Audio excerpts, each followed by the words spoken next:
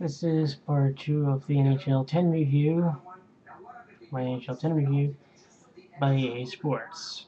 If you have not already done so, please go watch part 1.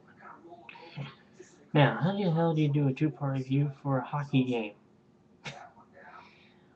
Well, we started getting into, we did the commentary, and we've done the Be a Pro. Now the controls, as I mentioned, yes, they can be a little weird, and of course we all know about the simplified NHL 94 uh, controls. Um, this part's going to be a little bit more simple. Here's the thing. If you enjoy hockey games, and I'm going to raise my hand now, you're more than likely going to love this game. I almost wish that EA, I mean, if EA is going to go with the team of Bill Clement and Gary Thorne, for the love of God, can we get the old ESPN theme, please? I think it would have done so well. Now, if you were going to ask me this question, this versus the NHL 2K series, which do I prefer? Whew, that's a tough one. See, I'm actually going to save that opinion for when I do an NHL 2K review, and preferably if I can get NHL 2K10. But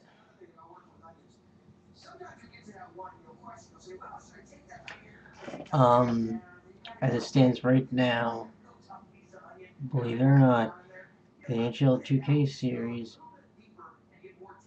has a little bit of an edge. Has an edge for a couple of reasons. One, the announcers that are used are going to be identifiable. Now I know what you're thinking, but dude, Bob Cole and Harry Neal are not immediately identifiable to the American audience. Alright, fair enough. But let me ask this question. If you watch Hockey Night in Canada, be it you live in Canada or you live here in the States and you live close enough to the Canadian border that you actually get the Hockey Night in Canada feed, and you've actually watched a game done by those two, would you prefer Gary Galley and Bob Cole, or would you prefer one by two people that have not done a hockey broadcast in I can't begin to tell you how long? Now, if you actually watch the Versus channel, which most of us can't even pick it out of a lineup, by the way, here's channel 28. And I just know it because I actually flip channels so often.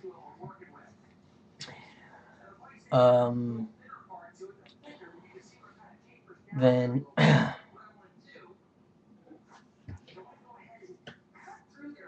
you'll be fine. Otherwise, you're probably going to wish it was still Houston and Simpson. Because, last I checked, Jim Houston is a 2-time Gemini Award winner. And, oh yeah, by the way, Craig Simpson won Battle of the Blazes last year. So, yeah. Anywho, the grade we're going to give this out of 10, believe it or not, will be about, I'll say an 8.75. And I'm giving that weird grade for the simple fact that the people who have not done the people who are doing the commentary have not done a American broadcast, I do not believe, in quite some time. So to try and, switch it up is totally ludicrous. Sorry, bad Mike Tyson. Whereas if you had gotten at least a broadcast team from, say, Hockey Night in Canada, or even TSN, you'd be much better off. Here's a suggestion for the fine folks of the and I know you're not going to take it because I know you're not going to watch this video or anything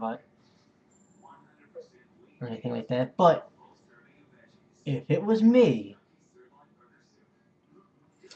and I had to use a team that would be identifiable to, at the minimum, the Canadian population, since you already used Houston and Simpson for the PS2 version, what about for the PS3 version?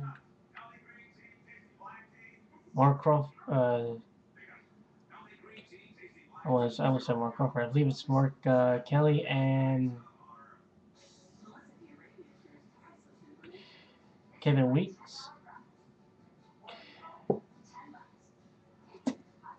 Or somebody go find Mark Crawford and see if he'll do it with him.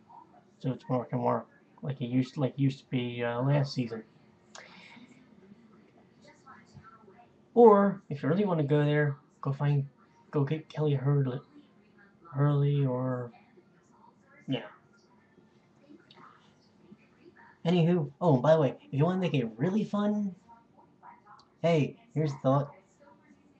Put in for like a first intermission if you can get permission from the CBC. See if like Don Grapes Cherry will do like Coach's Corner.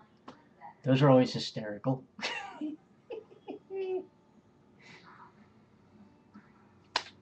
Anywho, yeah, 8.75, and it is recommended. It is a recommended game. I really will talk really bad about that game, so don't expect to see any score lower than a 7. But I'm not game informer, so you never know. Anywho, I'll talk to you later. Bye now.